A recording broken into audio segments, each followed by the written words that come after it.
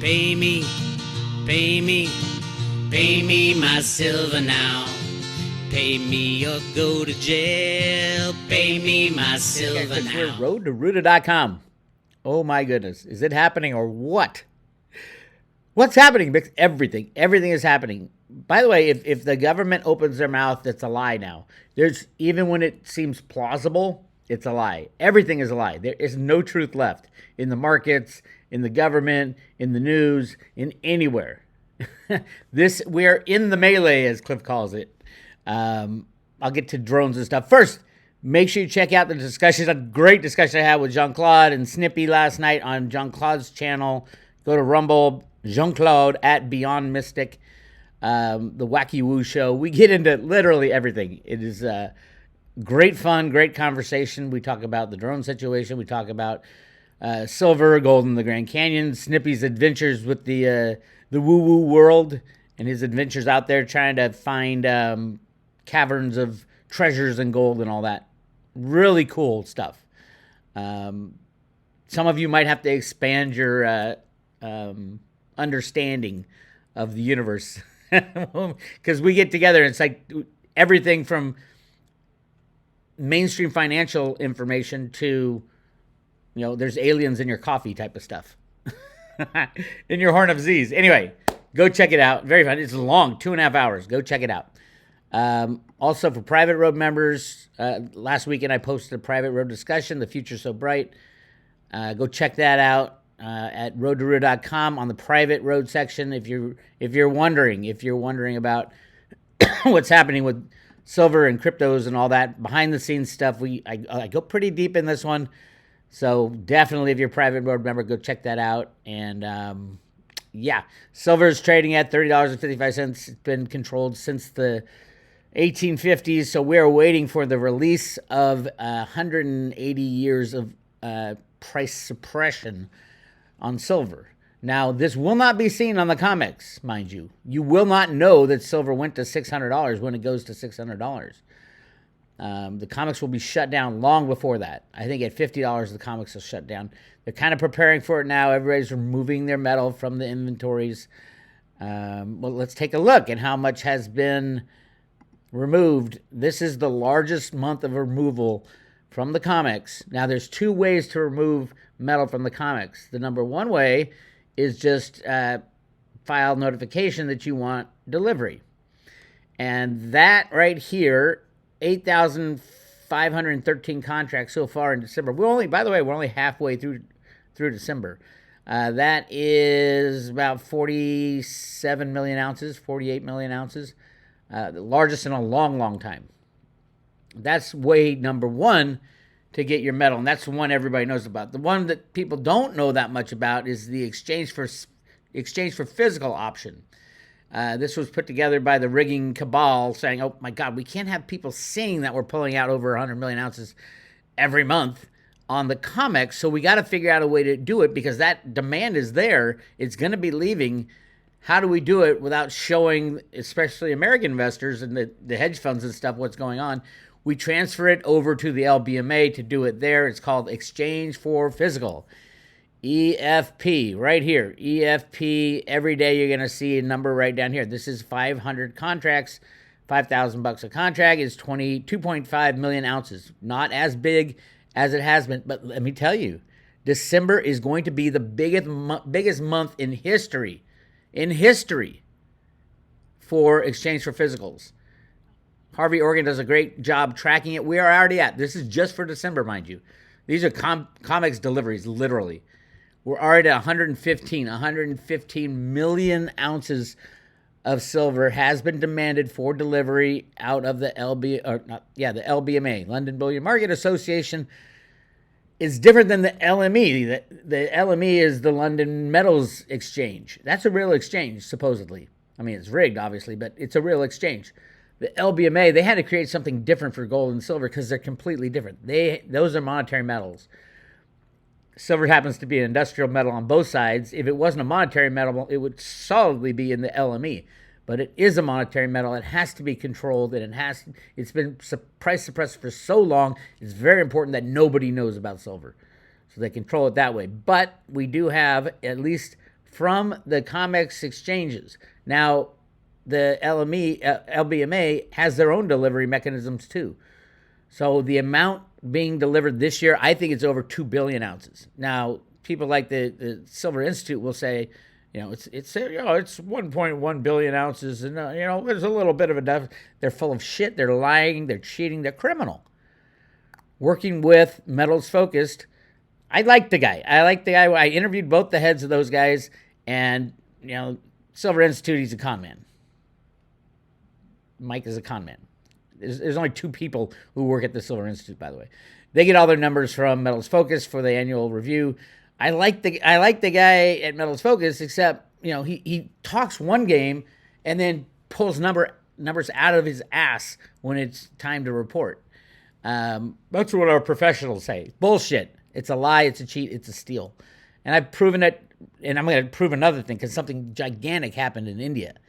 Is happening all year in India, and Metals Focus is trying to say it's India that's causing the amount of physical silver to go away. It's not solar panels. Bullshit. It's both, but it's mainly solar panels. 400 million ounces, at least, probably 450 million ounces of silver will go into solar panels this year, and they're literally going to report something ridiculous. 220, they're half of what it really is. And it's obvious to prove. It's easy to prove, because everybody has to report to the regulatory agencies how much solar has been installed to keep track of the power generation, the green energy, and all that. That's where they run into a little problem, because if you're reporting on one side and showing full visibility that you're trying to fix the planet with the green energy, and on the other side, you're trying not to have visibility, but that massive amounts of silver is being used in these solar panels, you're screwed. Because they're giving up the ghost. The other reporting agency, we're talking about reportings from every federal energy agency around the world. Tens of thousands of people in government agencies report on the amount of solar installed. One entity reports on the amount of silver in those installations. The Silver Institute, and they get their numbers from Metals Focus, and they lie, they cheat, they steal. Go to roadtoruin.com. Look at the very first page, the public road page. Everybody can look at this. And I have charts down here.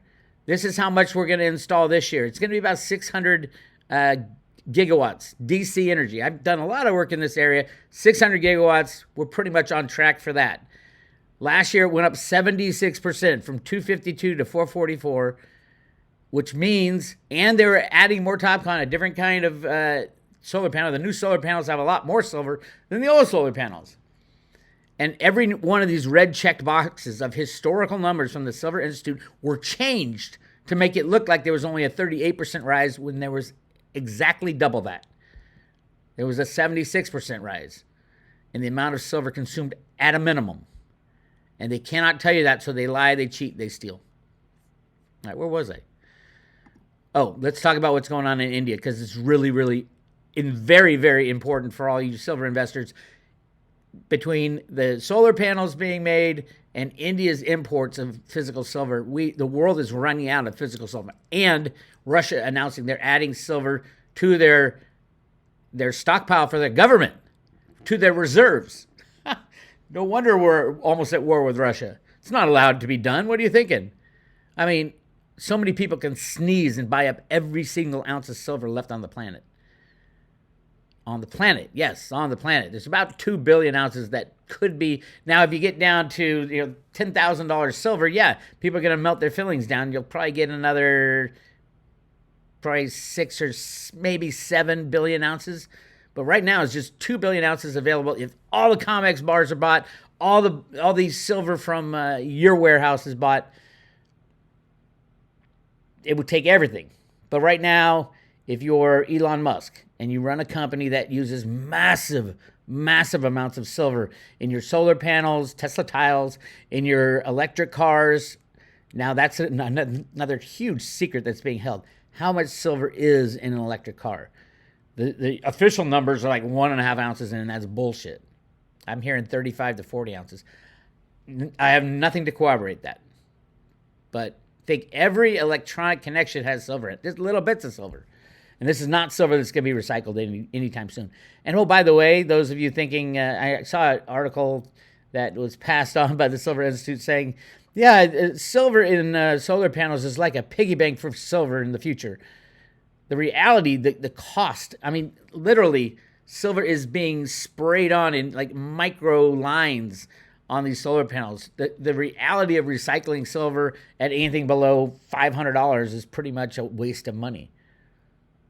So yeah, sure, they'll recycle solar panels. They'll pull solar panels down that just got installed. The price of silver goes to $10,000, $20,000 an ounce. But that's what it would take. And by the way, there's no new big silver mines on the horizon. Very little. And it would take 10 years to set one up from scratch to get it up and running. Now, governments can fast track that, sure. Maybe make it 3 or 4 years without all the permitting and bullshit. What does this all mean? Buy as much physical silver, get it in your possession. If you have SLV, CSLV, what is it? I forgot the names. CEF, any of the ETFs in silver, dump them now, immediately. When the banks crash, everything's going to be nationalized that can be controlled.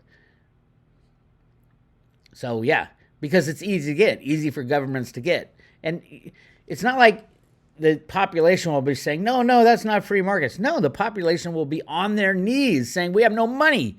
You lost all our money. What do you think Mexico is going to do when it is found out that they have given away 1/3 of all the silver that's ever been mined in the world? Literally, Mexico has been giving it away. They are going to put their arms around their country. They're going to pay for that wall to be built, and they don't want anybody coming into their country because they'll be the richest country in the world. Potentially. I think there's a lot of silver in the United States that isn't being talked about. There's so many desert wildlife preserves in the United States. 41% of the land of California is owned by the federal government, thanks to Nancy Pelosi. Not Nancy, it was Dianne Feinstein. That was her big thing. The desert wildlife preserve, all this is gold country and silver, but mainly gold. It is time. All this stuff is happening in the background. We are getting ready for the biggest shift in human history. You got a front row seat at roadrooter.com. Okay, let's keep going. Here's what I'm talking about with India. The India imports for November just came out. So I keep track of India. India is the largest exporter of silver every year. In some years, it's unbelievably gigantic, off the charts. A couple years ago, they did 300 million ounces of imports. And remember, they aren't like China, making products with silver and sending them back out. It's pretty much consumed in India if it gets imported to India. They are expanding their solar program, but they're just building the facilities right now to build their own. Interesting, I think China is supplying a lot of the silver. China, they say they don't export silver, but all the silver that's going into India right now is through China. But it's going to be this year. Now, there's a few different numbers. So I track this number. This is put out by the Indian government. And we are, so far this year, around, now this is, the problem with this, like right here, $656 million was imported of silver this year, which if you say November had an average price of $31.25, that gives you 21 million ounces. It is not exact.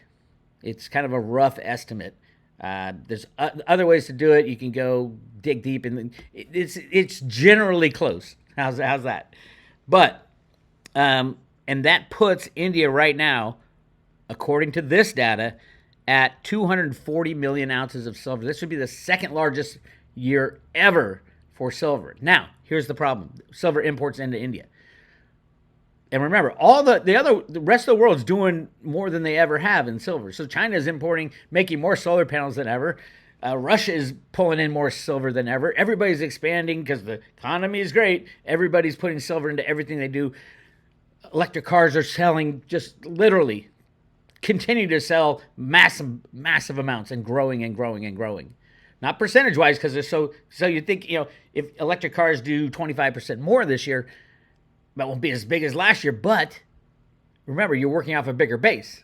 So more and more silver is pouring into the industrial side. The only quiet side right now is the retail silver investor. Retail, not the big guys buy the 1,000-ounce bars off the COMEX and ship them to their countries and hide them away in vaults. The little coin guy has been lulled to sleep because have been beaten up. The silver stackers have been beaten up so badly. Their mental mindset isn't like, well, shit, I should buy silver because it's $30. No, they're like $30. That's where the cabal slams silver. The question is, what is silver worth? And I think it's worth $500, $600, $700 an ounce at first stop. Ultimately, it will be worth probably 3 to 1 to gold. And right now, it's 85 to 1. I hope this makes sense because it's hard to buy silver when they always slam the price. And we see it every day on the COMEX. This is all set up by Alan Greenspan in the early 60s and late 60s, early 70s, when he wrote the first computer programs to create the banking system we have today. And by the way, the COMEX was created with the CFTC to run cover for the manipulation of silver, the continued manipulation of silver. All right, so here's the thing, though, about what is going on in India and the guys over at the Silver Institute and Metals Focus especially. I track these numbers, and Metals Focus tracks these numbers, and we've been pretty close to equal all the way up until the last couple months. In the last couple months, Metals Focus has come out and say, "Oh my God, India's importing twice as much silver as what I was reading." I'm reading this in the official imports, and they're saying, let's just take a look. I wrote down these numbers. This started in August. We were the same. So we were the same all year, 46 million ounces in August. It was a huge month. I'll show you why. But then September, Metals Focus had 30 million ounces. I'm like, what? In September, I was at 10 million ounces. I'm like, wait a minute. Why is Metals Focus, a.k.a. the Silver Institute, reporting triple the amount of imports? And in their data, it says they get their data from Indian Customs and Metals Focus expertise. That means they're making it up. But why? Usually they make it up on the downside. Why does Metals Focus, and then because the next month they had 20, I had 10 again. And I'm like, what the hell? So they haven't come out with the numbers yet. It was 21, which is huge. Very unique for India to do 21 without busting through the moving averages, by the way. Why is Metals Focus doubling and tripling the amount of the actual release numbers from India imports? I think it's because they know that something's going to break in silver. They don't want it to be the solar panel issue because they've been lying and cheating and stealing about that all year. And solar panels are not stopping. They are not stopping. They will continue to grow and grow and grow until silver is freely traded. And then all of a sudden they'll say, oh my God, we can't make a solar panel with $600 silver. They can make a solar panel easily with $100 silver. Remember, they only use little tiny bits. So I think now, so I did the numbers. I know I'm just majorly rambling today, but bear with me. In here, this is the 100-day in the gold, and the blue is the 200-day moving averages. The entire world of silver, if you spend 5 minutes in it, and Ted Butler has showed this so beautifully over the years. God bless Ted. Rest in peace, my friend. He said every time they slam it under the moving averages, the bad guys were doing that to control price. Everybody would dump their longs and rinse, wash, repeat. Starting this year, right back in January, February, when it got slammed below the moving averages, India would load up on silver, like literally load up. If you look at the first 3 months in January, February, March, see it's under the moving averages right here. January, 23 million. February, 71 million. And March, 30 million. These, under both the moving averages, India was loading up. So I keep an eye on that. And these are like medium months. You're going 5, 6, 7, 8 million. And then we hit August, and it was dumped under the 100-day. And I'm like, I wonder if they're waiting for the 200-day or the 100-day. The numbers came out, and it was huge, 46 million, because it was under these moving averages. Now, all up here, they're doing 10 million, which is really a lot more than they were doing at the beginning of the year, but it's above the moving averages. I'm like, wow, that's good. but it's kind of crazy. And then we had these little ticks last month below the moving averages, little tiny ticks below the 100-day moving averages, and India literally doubled the amount of physical silver just because of that. So I think India is moving up their threshold. They, at some point, and I think we're here in December, they don't care. They don't care if the price of silver, they don't care what the price of silver is, but they don't care about getting it under the moving averages because they know physical silver is going to be gone very soon. So I think this month, December, the reason we're seeing so much physical silver being delivered on the COMEX and now the LBMA, India has thrown away its plan on buying only under the moving averages. I think India will do another 100 million in December. What? That can't happen, Vic. Well, they did 76 million in February. And that, yes, it was under the moving averages. My contention is they're throwing away that plan. Why do I think that? Because look at the COMEX, 50 million. They're going to hit 50 million in December. Look at the LBMA, who knows how much, but the exchange for physical is going to hit over 200 million. Yes, I think India and everybody else, but India mainly, watch the December imports. Because we are not under any moving averages. We're barely nipping at the heels of the moving averages. If you guys want to play the moving average game right now, 100-day moving average is $30.55. Surprise, surprise. What's the price of silver? $30.59. 4 cents over the moving average. Here's the problem. The physical buyers know the game, but aren't getting that bang for the buck. They're not getting the price of silver getting slammed under the moving averages. The banksters are still playing the same game, but every time they tick below a moving average, every time, look how small, they just barely went under the moving averages, and India took 20 million ounces off the market. Now they're afraid, everybody knows now. Of course, the problem is these handful of banks are still short massive amounts of silver. So is this the end game? Probably. I've been saying, hey, before Trump gets inaugurated, the shit's going to go down. And we're close on physical silver. Get your physical silver. Again, the total right now that Metals Focus, with their new way to record, just numbers out their ass, they are at, as of October, 246 when I was at 219.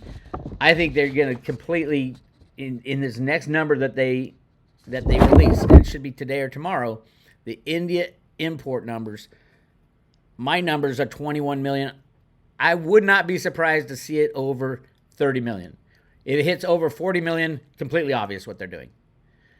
They're saying, the reason there's no silver left is India is importing it. It's not because of the solar panels, because we do that correctly. That solar panel thing is going to be with us as long as they're making solar panels. And they're putting more silver in. They're not thrifting out all the silver. Complete bullshit. TopCon uses more silver, probably 50% more than the PERC modules. I hope those of you who have followed me long enough know this. Okay, moving on. So, yep, that's where we are right now. Volumes are decent. You know, this is 600 million ounces. This is electronic silver, by the way. Every day trading 500 million ounces. It's so ridiculous. And if you want to know who these criminals are, it's right here in the COMEX data. JP Morgan is the number one taker of silver all year. This is because of the settlement with the DOJ, and then how can they rig the market going forward after they settled in 2000 or so? Oh, you lease the silver out. That way you can flood the silver market with silver, physical silver, and keep the price down. And then, oh, by the way, other banks have to pay you back. Where they get it, who knows? Are these really payments? Who knows? Are they fake? Are they molybdenum bars with a silver coating? Who knows? That will come into question very soon, too. But look at who is the largest taker of silver. JP Morgan customer account was able to take over 20 million ounces this month. There's a 10 million ounce cap, unless they get a little certificate from the CFTC. We'll turn our head. They'll probably say, hey, this is customers, it's not us. And who was supplying all of it this month? This is the largest delivery month ever for Bank of America. 15 million ounces of physical silver. This 100% has to do with that con of leasing silver into the market. JP Morgan to Bank of America, to HSBC and Wells Fargo, and there's a couple other banks. As you can see, Wells Fargo is taking it back too. So they're like, literally this month, and this is their house account. They're loading up on silver. But here's the big culprit of the short. Who's the big short? Who's the short? It used to be J.P. Morgan. Then they flipped to be the big long because they shorted, kept the price low, and took physical silver. But HSBC, here it is, Hong Kong Shanghai Bank. And I think it's very appropriate that the bank that was created to rig, to steal silver out of China, get the China, in the 1850s, all the silks and spices were going to England. China was on a silver standard, so all the silver was leaving England, going to China to buy all these things that the English wanted. The king at the time, or whatever it was, whoever was leading the country, the king at the time said, hey, bankers, fix this problem. They went to China, set up Hong Kong Shanghai Bank. That's what HSBC stands for. They said, hey, if we get all the people of China addicted to opium and make them pay for opium with all this physical silver that they're getting, we can bring that silver back to England. That's exactly what they did. That's what was happening. China fought back, hence the opium wars in the mid-1800s. And that's when it started, the silver price suppression, and has been price suppressed and rigged and part of international espionage ever since. Silver is the number one metal to own. By far, hands down, number one investment. You got 170, 180 years of silver price suppression. What is the blow off top of silver? I don't know. $5,000, $10,000 an ounce? And that could happen tomorrow if the COMEX shuts down? If the banks fail? And it all goes together. So we can't have silver over $50, and banks who have massive shorts, HSBC, is a too big to fail bank. What is a too big to fail bank? If that bank fails, every other bank and financial institution on the planet fails. We almost saw it in 2008 on September 11th. We're that close, hours away, and they bailed them out. Will they bail them out this time? I doubt it.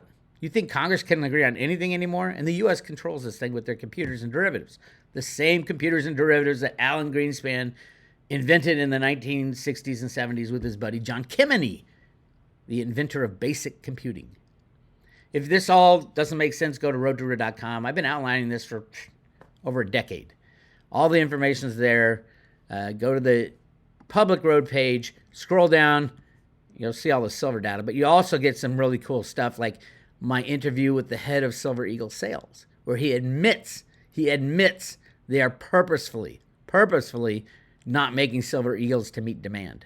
And he admits to 5 other illegal things that are going on at the mint. Go check that out.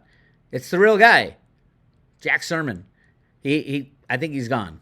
He was like 70-something years old. I think he's gone now. This was about a year or two ago. Good discussion with Cliff High on silver and the fate of humanity. These are the two. If you don't know what I'm talking about, what is the Road to Ruta theory? Watch these 2 videos. Ruta is Root A. It's a Federal Reserve Bank comic book on one end, but it's also Root A. It's a programming term in Fortran that Alan Greenspan used to create the first of our electronic banking system. Picture all over the place today. I know. If you're new to, I'm so sorry. If you're just joining the Road to Ruta and you haven't heard this stuff for years and years, it's probably very confusing. Back to cryptos. Yes, I am a big crypto lover. I was very much against crypto in the first year or two. It cost me dearly. Cliff High set me straight, showed me why Bitcoin was sound money, why it was a sound, solid investment. Digital scarcity is built into the system. You can hold it in your own possession. I still like Bitcoin, but I don't think it's the most exciting and fun thing. Bitcoin will double, triple. It'll go to 1 million. But when Bitcoin goes to $1 million a token, what would Theta be? Let's just say Bitcoin goes to $1 million a token. That's a 10x from here. If Theta, that's sitting here at 250 now, goes to 10x, it'll just barely cross its all-time high from a couple years ago. A 10x for Theta, easy. At million Bitcoin, a lot of the smaller tokens that are absolutely important for the infrastructure of the financial system and our entire global society going forward. We need the internet. Everything's becoming decentralized because nobody trusts anybody anymore. So Bitcoin's great. And then after you figure out and get comfortable with Bitcoin, you look at these other things that are happening in the crypto space, and you're like, holy crap, everything's going to be replaced. Especially with AI now, everything will be replaced. And you want to get in the right place at the right time. And you have to be able to stomach the crashes and the explosions higher. Yes, Bitcoin is going to 1 million, but Theta is going to 1,000. And you look at the return. I think it'll go over 1,000 at Bitcoin when Bitcoin hits 1 million. But right now, when Theta goes to 1,000, let's say that's when Bitcoin goes to 1 million. That's a 400x. So do you want a 10x with Bitcoin or a 400x with Theta? It's hard to think about it that way. Bitcoin is a store of value. Yes, all the banks are going to be storing value in Bitcoin. The real exciting thing is happening down below Bitcoin. The reason everything goes up and down with Bitcoin is most crypto trading happens swapping one crypto for the other, and Bitcoin is the biggest of market cap. Ethereum is the second biggest. I think Theta will be number 2. If Veritasium doesn't take over everything. I think Theta will be right below Bitcoin. It's just more useful than any other crypto, more useful than Ethereum, than Tether. XRP is ridiculous. That'll be gone.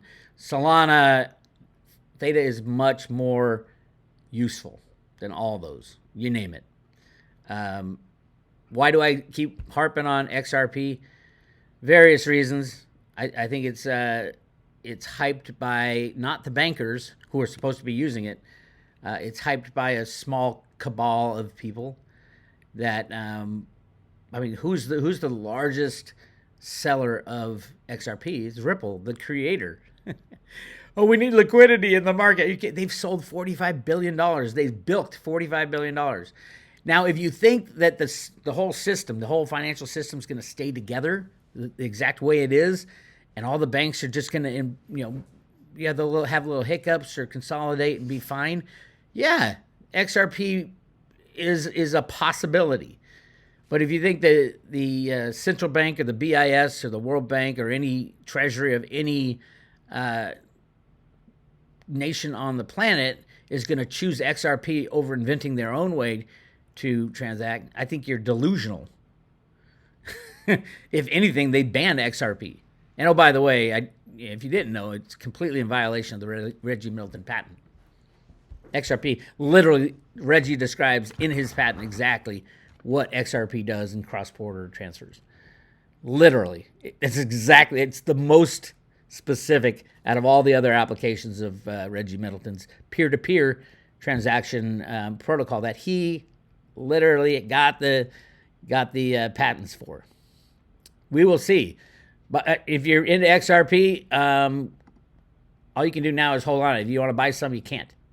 You can't. Literally. Well, okay. Let's take a look at XRP. If you want to buy Veritasium, you can't. You can't buy Veritasium because the SEC took Reggie down. All the exchanges dumped them. There was one exchange, Mercatox, it was sketchy, but you can get some. Now there is none, except people say, oh, Bix, you can get on Trade Ogre. And I looked up some information. Half the people have lost all their tokens there. It's a con. It's a scam. But they're doing 100% of the volume. And look at the volume. The volume of Veritasium, $2 or $212. So that means 5-6 tokens were traded to create the whole volume. That's crazy. But if you have Veritasium, it's like a lottery ticket. Hang on to it. The odds that the U.S. government will be coming to Reggie Middleton and say, hey, the system has fallen apart. All the exchanges are shut down. Nobody trusts the middleman. You had invented a way to transact peer-to-peer transactions on a brokerage exchange without JP Morgan, without any of the middlemen, peer-to-peer stuff. Come help us restart the markets. That's where Veritasium, that's where your lottery ticket would pay off. It's in Cliff's data that Veritasium goes higher than the price of Bitcoin. And now you're thinking, oh, God, I got to get me some. But you can't.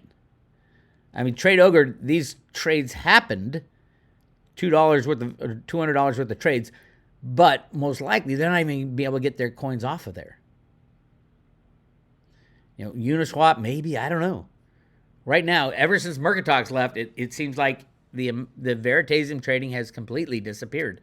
And you won't find this on any other token in crypto. You can always trade something for something. Veritasium, just hang on to whatever you got.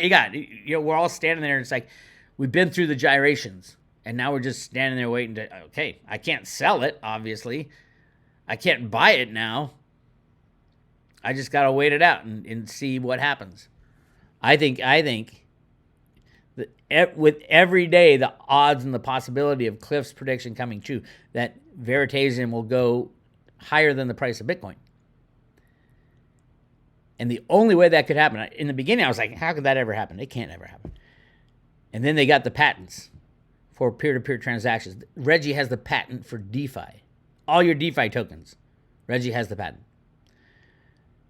Coinbase, all the exchanges, Reggie has the patent. It's insane what he did, and he filed these patents in 2013. And it's not Reggie's fault that these companies kept going on using his patents.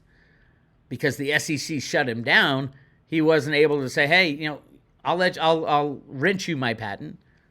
I'll let you do this if you pay me, 2 cents on the dollar or whatever it is. Whew, it's getting crazy. So yeah, I think Veritasium is a lottery ticket, meaning that 99, well, it's probably not 99, probably 95% chance it's going to be worth nothing, or the $20 you paid for it. But there is a chance, and that percentage of that chance is growing, that it will go higher than Bitcoin. And instantly type of thing. Because right now, if I went in and tried to buy, say, $10,000 of Veritasium on Trade Ogre, it would probably be the price of Bitcoin. Because there's no liquidity. I mean, somebody go try to buy 100 Theta tokens for $2,000 on Trade Ogre. You can see the price jump to $100 per token. And then if you try to sell it, it's going to dive back down. There's no liquidity. There's $212 that's traded in the last, 24 hours. And what's the liquidity of Bitcoin? 81 billion in 24 hours. I know we've come into crazy land, Crazyville. Theta and Theta Fuel. If you most road to root people have Theta and Theta Fuel now. I like Theta Fuel right now because it's like 30-1. But you need it. If you think the internet is going to be alive and well running forward, you think AI is going to actually work in a decentralized way, Theta is your crypto to hold and accumulate. They're number one. Now, Theta has hit every single milestone they put out there. Every single milestone. They do amazing. It's not just... I hate it when people say, oh, you mean that video, it's like YouTube, right? I said, no, it was never like YouTube. It was a content delivery network, a way to get cheaper content by everybody sharing the broadband, basically, of your area, was the original idea behind Theta. But now it's massively different. Now it's sharing your computer. Share all the hard drives of the world to create the largest cloud storage system in the world. And they have the technology. They've patented the technology. It's going to happen too. That's why Google and Amazon and Microsoft, those are the three big cloud providers, are all partners with Theta on the decentralized side. They're not going to say it yet because they love the centralized model.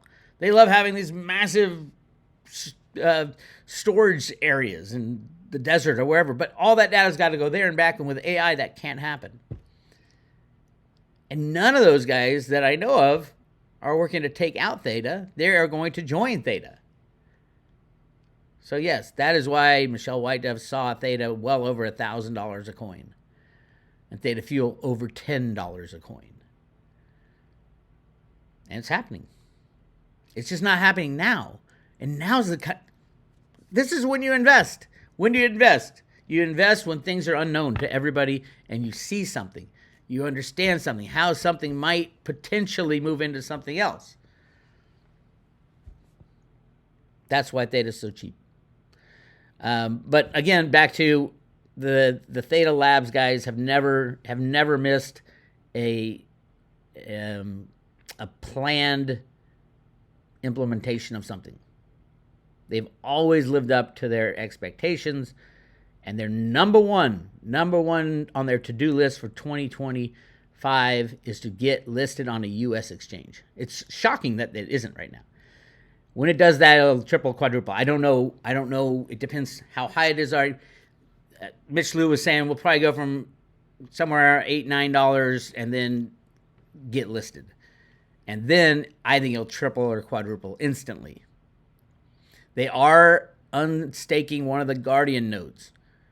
And I guarantee you, when that happens, we are very close to, because they're going to strike a deal with, like, say, Coinbase or all of them.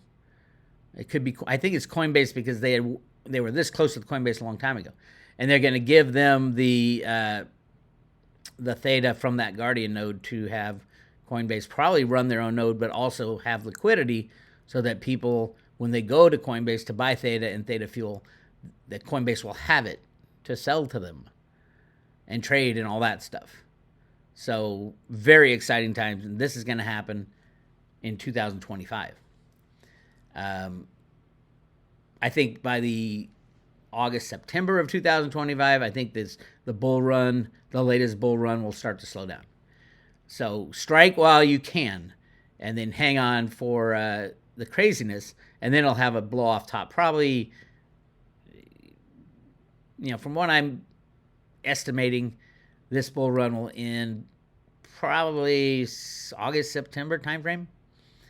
Yeah, it's not that far away if you look at, the historical peaks. It doesn't mean I'm going to sell. You can figure out, you probably want to lighten up a bit come the summer so that either you have more ammo during the next crash, because it's going to crash again, and it's going to go up again and crash again, but it's continually going up and up and up.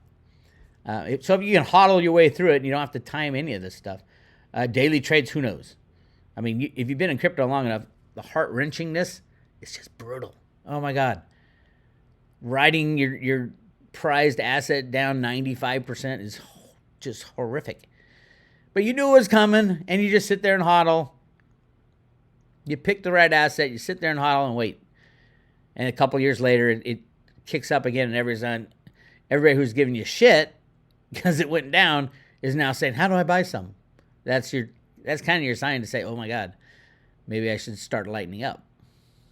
So that's where we are. Again, I think I like Theta Fuel much better right now than Theta because of the 30-to-1 ratio. It's kind of like silver and gold, although the silver ratio is at 80. So, oh my God, the greatest thing would be silver continues to be held around $30 into the peak of the crypto boom, probably, let's just say August, September timeframe. You sell all your cryptos, buy massive amount of physical silver in your own possession. It won't last that long, by the way, but that would be the key. If they keep suppressing silver and cryptos blow sky high, make that move. And a lot of Road to Ruta people made that move when Theta was up at $9, $10, $11, $12. I was saying, you got to balance your portfolio. You got to have silver and cryptos, not because everybody's just running into cryptos. It's going to crash at some point. We don't know when, but now's the time to load up on your silver. And I think silver was like under $20. So hopefully we can do it again. Actually, I don't hope for that. I think hopefully silver, and I believe silver, will finally be freely traded in 2025. On what exchange? Who knows? It won't be the COMEX. That's a futures and options exchange. And the whole system has blown apart. Who knows how to value anything? Really, it's going to be difficult. You're not going to know the value of your Bitcoin or your Theta or anything. Everything in your own possession. We're in the transition time. All right. Craziness going on about these drones. The government's not saying anything at all. I mean, it's shocking that the head of the military gets up there and says, we don't know what they are, but we're not worried. I'm like, what the f*** are you talking about? We don't know who's putting these huge drones in the sky. Like, I heard 40 to 50 drones people were seeing. And you're the head of the military and you don't know, but you're not worried? Bullshit. A lot of possibilities. People are saying, oh, it's no, they're detecting radioactive material. Well, if they're doing that, why are they only going up from 7 to 11, 7 o'clock at night to 11, over the, like, highly concentrated city of New Jersey? If you're looking for radioactive material, wouldn't you do it 24/7? Yes, you would. And why over the most... Obviously, they want to be seen. But for what purpose? Everybody's got their own, they're saying, oh, it's to track down the illegal aliens through their phones. Everybody, it's just like you can't believe anything anymore. And people have, I heard there have been some people trying to shoot them down. Apparently they're hard to shoot down. But this is the melee time. And this, by the way, here we are Monday the 16th, and the government's still not saying anything. It's like they don't know or they don't want to tell you, and who the hell knows? Latest is the radioactive medical device lost in transit. I think that's bullshit. That's a bullshit excuse. There is a FAA program that's about to expire on December 20th. A lot of people saying it's just they're doing that to scare us so that they can renew this surveillance type of thing over the United States. I don't know. I don't trust anything anymore. But here's another thing. Let's just say any of this is true. Drones buzz U.S. military installations overseas. So it's not just in the U.S., it's overseas. I mean, what the hell? That kicks the radioactive thing right out the window. Is this a military thing? Nobody knows. Nobody trusts the government anymore is the problem. This was a comment on the Jean-Claude discussion panel. Questions to ask yourself about the drones. With the continued threat of politically motivated civil war, insurrections, riots, public disturbances, would it not behoove the government to institute much greater means of surveillance upon the population? Sure. In the riot world, yeah, everybody will be taking pop shots at the drones. So I don't see that as a viable. Now, I've seen like drones the size of a Matchbox car, a little tiny drone, a toy car, be able to fly around with enough explosives to kill a person if hit it right in the forehead. What if you release 10 million of those in the United States and just any movement you see, bang, bang, bang, bang? Jesus Christ. The world's getting really scary and really freaky. With over 30 million illegal aliens in America and with possible Trump plans to use the military, police forces, and the National Guard or whatever to remove them in January, would it not behoove the planners of such an operation put in place the means of massive surveillance to monitor an evolving, fast-moving situation on the ground?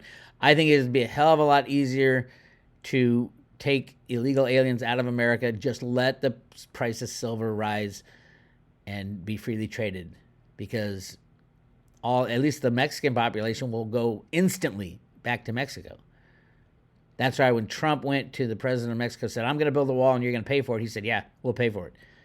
Why? Because he said, I'm going to let you be the richest country in the world with all the silver you have in the ground.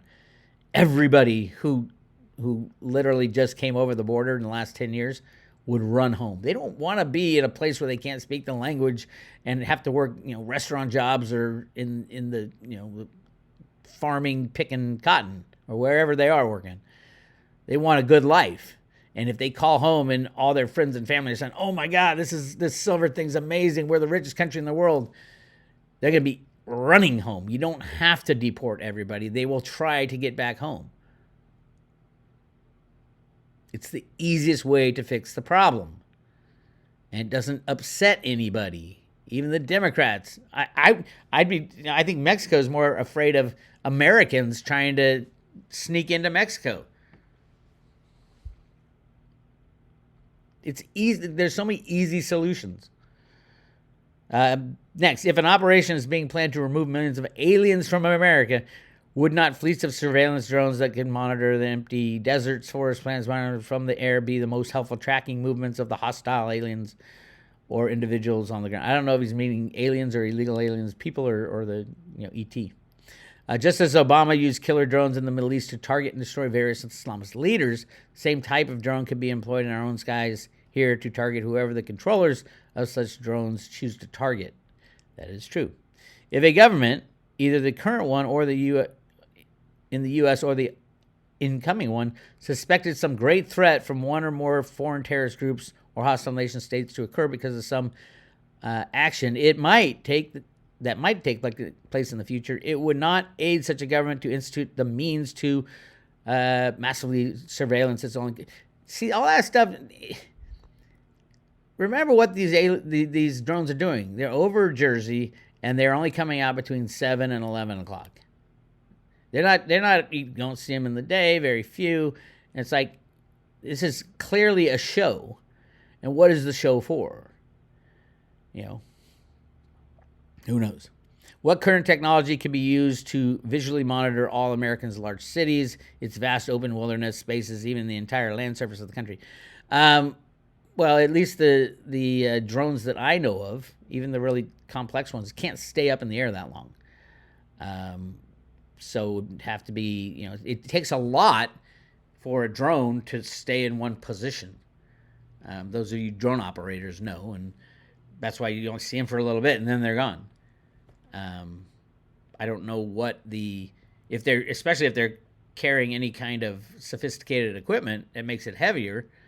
For example, ammunition or whatever they're going to use, or gases even. If you got compressed gases, you need something heavy, a tank to hold it all. Who knows? Ultimately. And then finally, would our Space Force, Air Force, and Intelligence Agency, NORAD, etc., not know if hostile craft was in our skies and shoot it down or capture it? But if it was their own, would they tell you? Who knows? Clearly, it's being done for a reason. We just don't know the reason. And finally, here's Cliff, who predicted all this. Listen to what he says. This is back a while ago. Barely over a month between the temporal marker and the visible contention that will appear in the skies that from the descriptors we had back in 2009 will go to the idea of UFO versus UFO and UFO versus jets. Okay, so like sort of very complex kind of Independence Day kind of shit, right? Nobody will know who the hell is doing what with whom. Now, okay, so you think that's unlikely and so on, as do I. All this shit's always unlikely until it happens. Possible, not probable, right? So anyway, now we have a strange thing where there's swarms of 20-foot drones flying around military bases. So unknown. Nobody knows who owns these drones, who's controlling them. At least they're not telling us guys. I would suspect that the military would be freaking out if they can't see the signals that are directing those drones, and those drones are a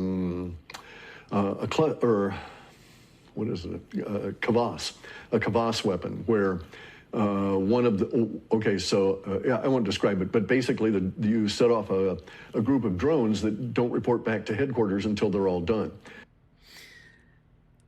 Cliff's been talking about this stuff a long time, and I've known Cliff for a very long time. I think I'm the only one who's ever hung out with him at his house, and I was able to interview him. Amy and I got an Airbnb. Go check that out. It's like a 3-part interview. A couple hours. Such a good guy. Smartest guy I've ever met in my life, by far. And a nice guy. He can be a grumpy old man at times, absolutely. He takes shit. Everybody who makes a prediction about the future will take shit. But ultimately, he's been right about a lot, and he's helped humanity amazing amounts. So we all owe a debt of gratitude to Cliff High. Yeah. Anyway, that's what I got for you today. Very long discussion. I'll be in and out over the holidays as things pick up. A lot of going out on the private road. If you want to join the private road, go to roadtoruder.com. Click on subscribe today. We're currently giving away 5 Theta, 50 Theta fuel, and 500 T-drop. With every private road subscription, it's $2.99 for a year, less than $1 a day, and you get access to everything there is that we have. It's all on the website at roadtoruder.com.